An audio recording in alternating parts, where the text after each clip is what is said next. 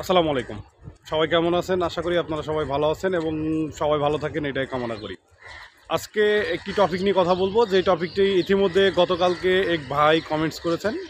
তার কমেন্টসের পরিপ্রেক্ষিতে আজকের অ্যান্সারটা আশা করি শুধুমাত্র যে ভাই কমেন্টস করেছে শুধুমাত্র সে না, আরও যারা আপনারা এই বিষয়ে জানতে আগ্রহী আপনারাও এই বিষয়ে উপকৃত হবেন।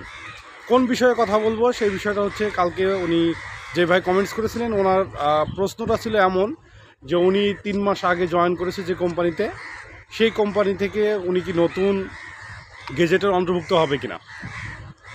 তো উনি বারবার একটি কথাই আমাকে প্রশ্ন করেছিলেন সেভাবে, যে আমাদের প্রতিষ্ঠানের এবং যারা আছে তারা এখনও পর্যন্ত কনফিউজ যে আমাদের বেতন নিম্নতম মজুরির অন্তর্ভুক্ত হবে কিনা। এই বিষয়টা উনি একাধিকবার আমাকে বলেছিলেন।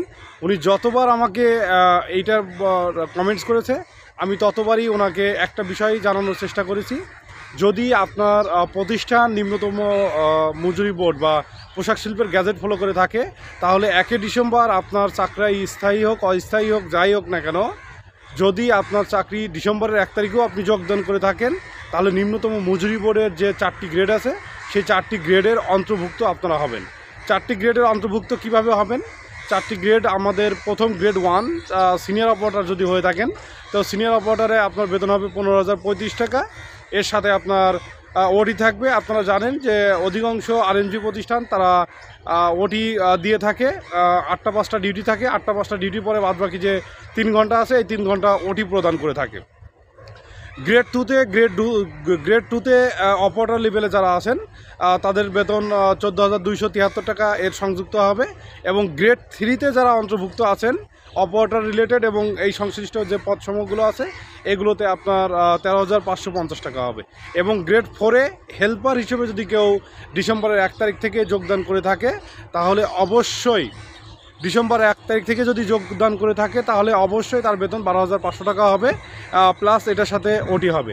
তো যেই ভাই কমেন্টস করেছিলেন তাকে আমি এইভাবেই বলতে চাই যে যদি আপনার প্রতিষ্ঠান এখনও আবারও আপনার উদ্দেশ্যেই বলা, যদি আপনার প্রতিষ্ঠান যদি পোশাক শিল্পের গ্যাজেট ফলো করে থাকে, তাহলে অবশ্যই আপনাকে এই যে নিম্নতম মজুরি বোর্ড যে 20 ডিসেম্বর 2023 নিম্নতম মজুরি বোর্ড যে মজুরি ঘোষণা করেছে এই মজুরি দিতে বাধ্য।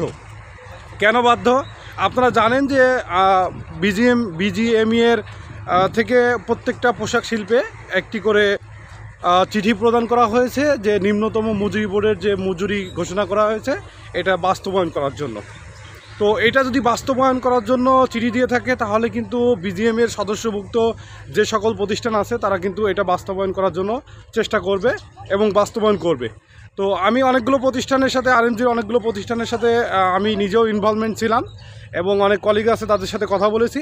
তারা ইতিমধ্যে আপনাদের যে বর্ধিত টাকার অ্যামাউন্ট আছে এগুলো সফটওয়্যারে পোস্টিং দিচ্ছে। আপনারা যারা কর্মরত আছেন, তো আপনারা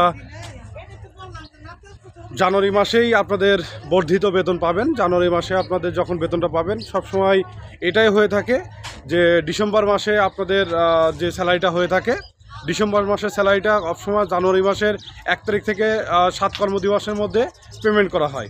যদি 1 তারিখ থেকে 7 কর্মদিবসের মধ্যে পেমেন্ট করা হয়, তাহলে অবশ্যই যদি ডিসেম্বরের 1 তারিখ থেকে কার্যকারিতা হয়, তাহলে আপনারা আপনাদের বর্ধিত যে বেতন আছে, যখন জানুয়ারিতে যে বেতনটা পাবেন এই বেতনে আপনারা বর্ধিত টাকা সহই পাবেন।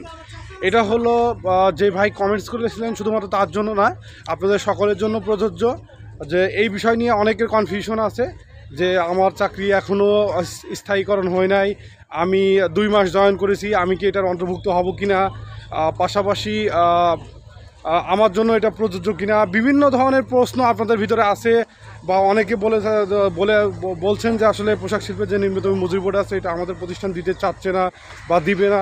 আসলে বিষয়টা এরকম না, বিষয়টা হচ্ছে এরকম যে আসলে বিজিএমের সদস্যভুক্ত সকল পোশাক শিল্পের জন্য ইপিজেডের বাইরে আপনারা জানেন ইপিজেডের একটি ল আছে, শ্রম আইন আছে ইপিজেডের, সেটার নিম্নতম মজুরি ঘোষণা করেছে।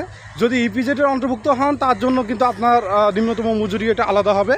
আর যদি পোশাক শিল্পের হয়ে থাকেন বাংলাদেশে অবস্থিত সকল পোশাক শিল্পের জন্য। পোশাক শিল্প যদি ইপিজিটের বাইরেও হয়ে থাকে পোশাক শিল্প, সেটার জন্য কিন্তু এই নিয়ম মেনটেন হবে এবং যে নিম্নতম মজুরি বোর্ড যে মজুরি ঘোষণা করেছে সেই মজুরি কিন্তু প্রত্যেকটা কোম্পানি 1 ডিসেম্বর থেকে অলরেডি ইমপ্লিমেন্ট করেছে এবং জানুয়ারিতে আপনারা আপনাদের বর্ধিত বেতন পাবেন।